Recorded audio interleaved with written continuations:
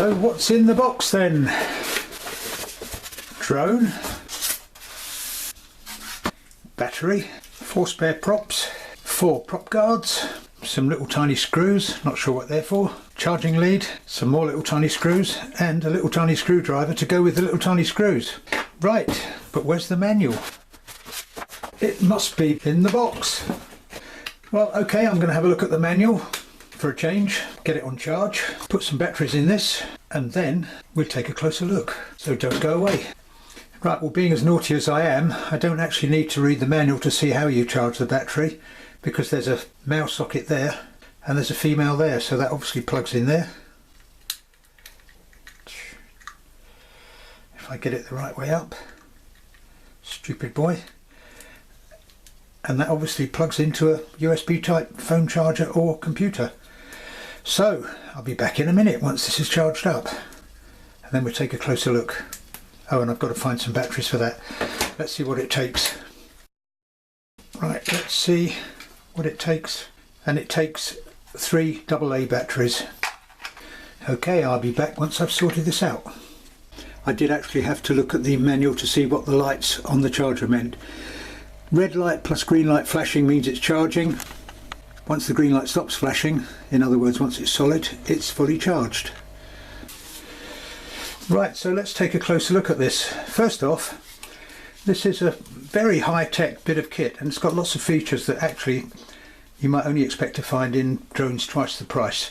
Looking on the box, it runs through a list of them. Hold position, as in a GPS location, altitude hold, gesture recognition, where you can give it symbols and apparently it will recognise an instruction, record video and take photographs. It says double camera. I think actually what that means is you can reverse the image.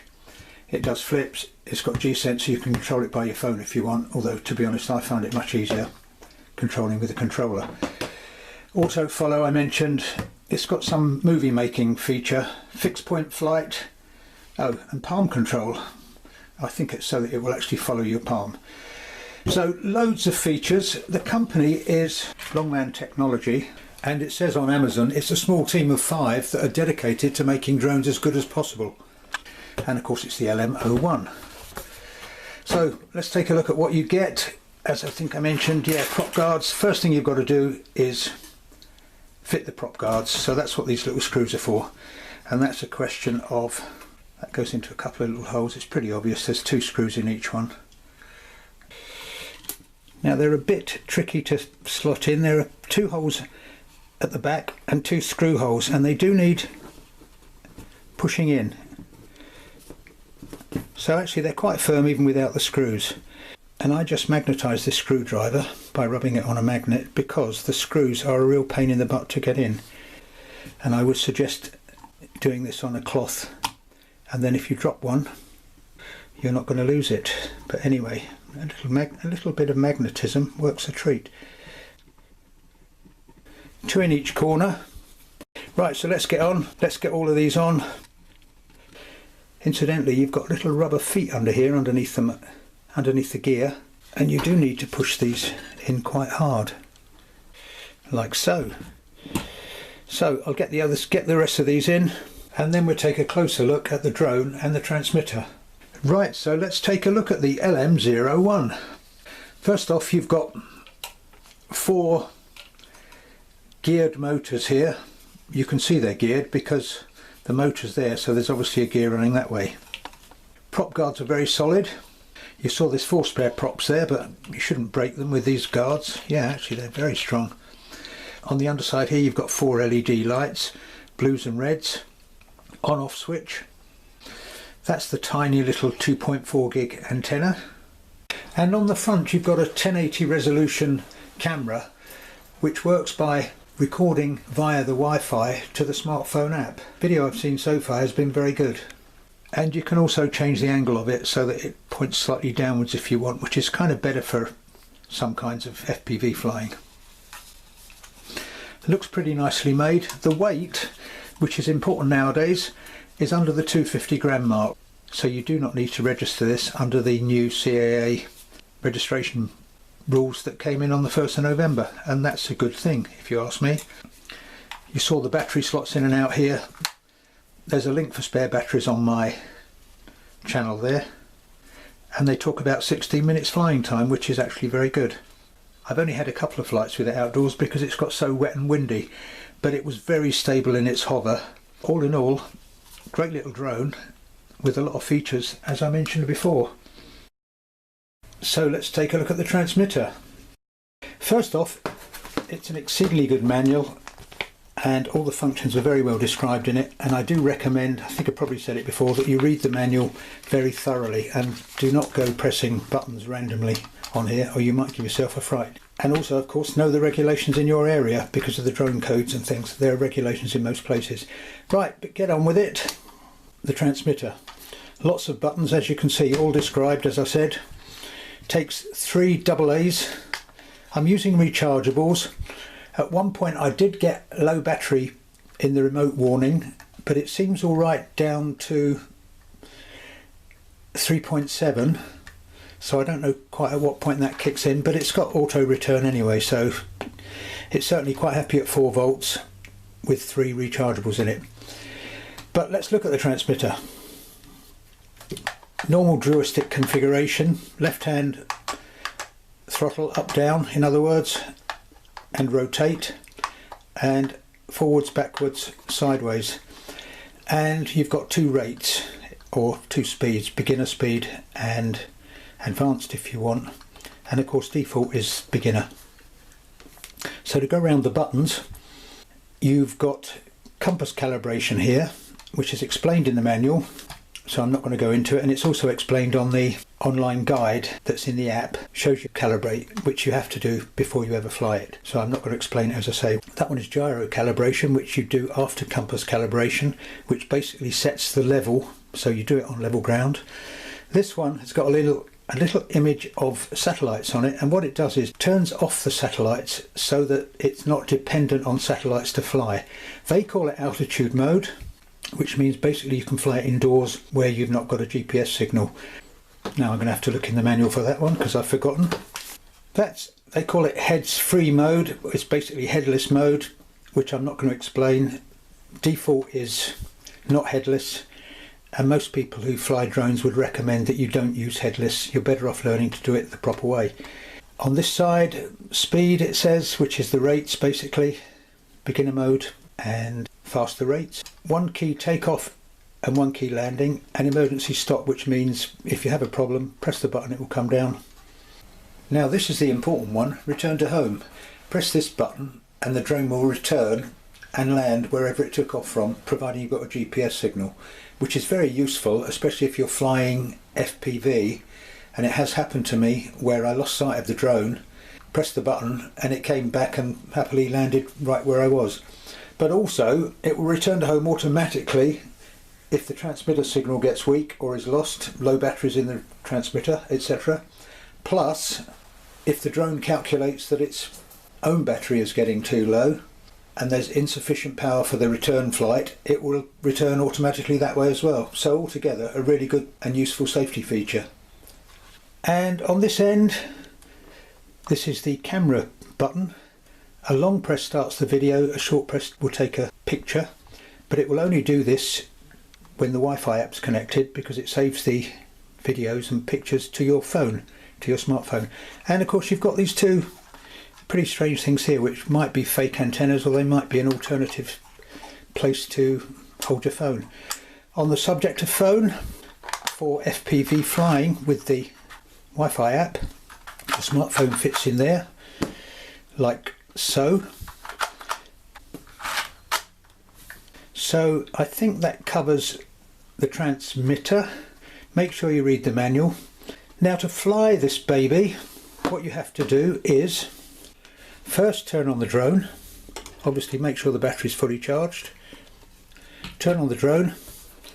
It explains the flashing light sequences on here, so I'm not going to go into it. And then turn on the transmitter. You see the lights flashing on here. Initiate by up, down.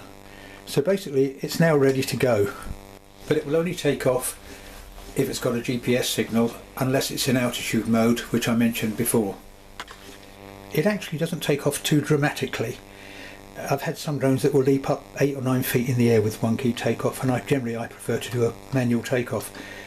But it's quite a gentle takeoff, and if you're flying it indoors in what they call altitude mode, it's got quite a nice stable hover, which I guess it's doing by barometric sensor, whereas outside with the GPS on, it's doing altitude hold by GPS and maintaining position by GPS and barometric sensor. And of course you've got one key landing, so take off, one key take off, fly the drone, either return to home or one key landing. So that covers that. I mentioned what they call altitude mode, which basically means turning off the GPS so that you can fly indoors or with no GPS signal. To do that, turn on the drone, turn on the transmitter, initiate, up, down, lights stop flashing, long press of the little one with the picture of satellites on, and as you can see the drone lights have stopped flashing. It's actually ready to fly, and if I was to press one key takeoff, it would take off. And as I said, it's not actually very dramatic, but I'm not going to do it here because it would hit the ceiling. And now you can fly it normally, but it's only got barometric altitude hold at that point, so it will not hold its location. So if it's windy, it's going to get blown away, and they do warn in the manual, especially if you're a beginner, be cautious when you fly altitude hold mode or altitude mode, because you could lose your drone. But otherwise, ideal for indoors or on a day when it's not too windy, and does mean you can fly it without a GPS signal. And of course the rest just applies. You can one key land as well. But return to home I don't think will work, because of course it's got no GPS signal. I think that pretty much covers everything I wanted to say here. Always turn off the drone before you turn off a transmitter. So that covers that. So now I'm going to slip my phone in, connect the Wi-Fi, and I'll give you a quick look at the Wi-Fi app. Right, phone is in. First thing you've got to do, of course, is connect the Wi-Fi to your smartphone. You might have some action cameras and things and already know how to do this kind of stuff, but if not, I'll show you. Turn on the drone, turn on the transmitter, connect left joystick up and down, and then into settings, network, Wi-Fi, and there we've got LM, Wi-Fi 2, 4G. My phone always asks if I really want to connect because there's no internet connection on that. Connect. It says connected, no internet. Do I really want to connect? Yes. Then we go to the app, and you can scan the QR code for that in the appropriate place.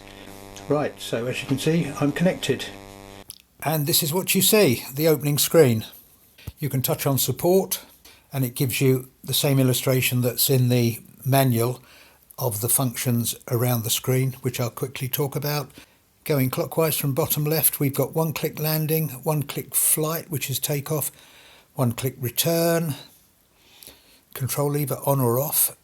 That obviously means you can switch between using the remote and using the screen. Unlock lock, not quite sure what that is. Return to the home page. Follow mode, hold point follow mode, waypoint mode. Hold point follow mode is probably circle flying. Waypoint mode, we'll switch it on to the Google Maps page where you can put some waypoints in and fly. Rotation mode, not quite sure what that is, I'll have to try that. Full screen, number of satellites, and a setup menu,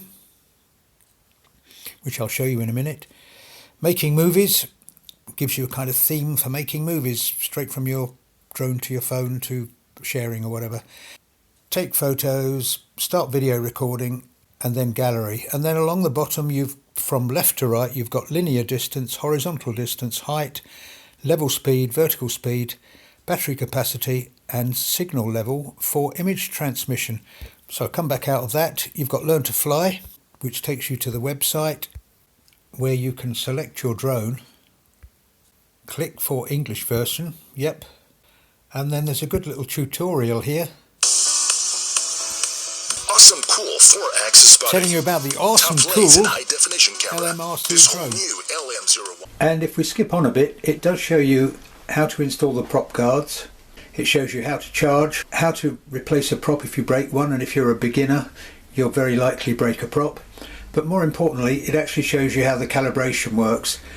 It is explained in the manual. What they don't show in the video is that your drone has to be pointed outwards and downwards when you do the 360 turns, but that is shown in the manual anyway.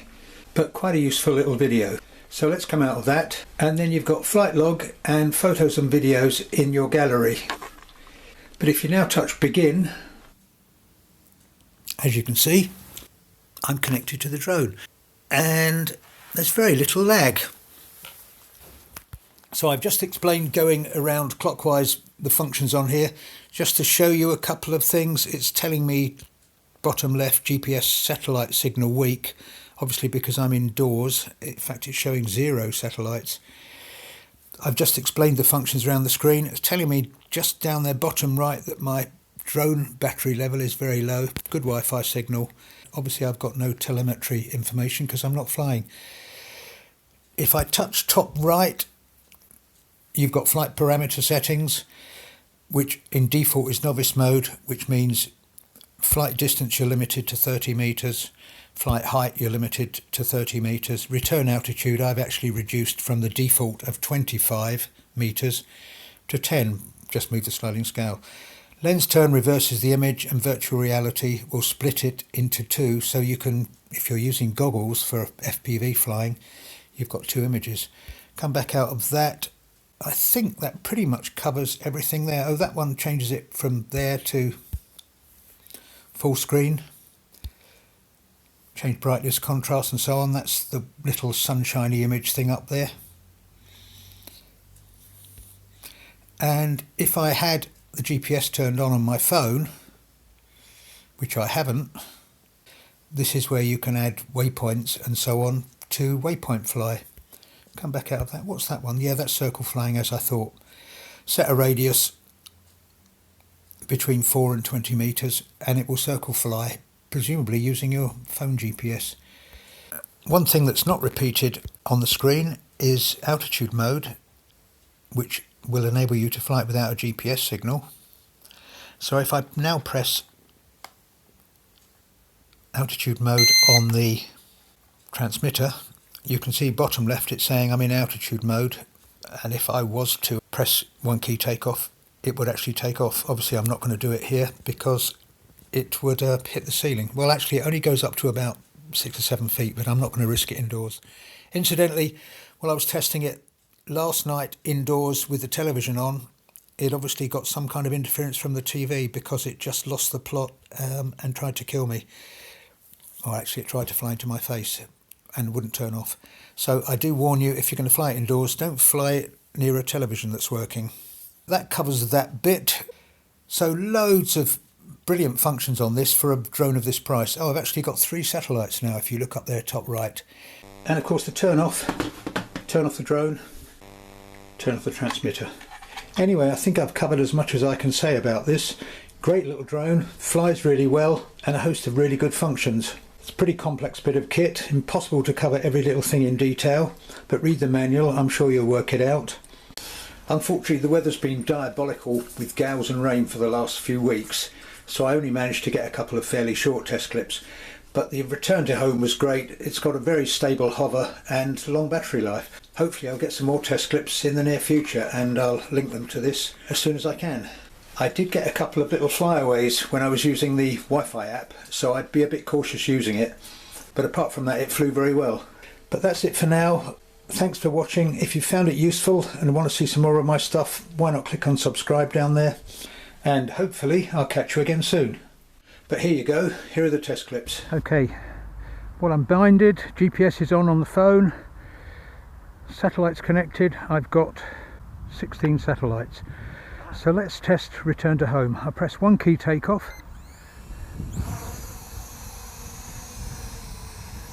And as you can see, got a really steady hover using GPS and probably the barometric sensor.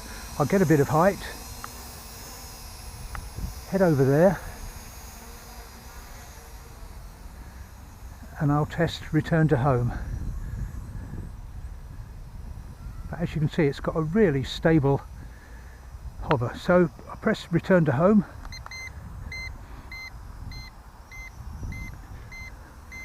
And here she comes.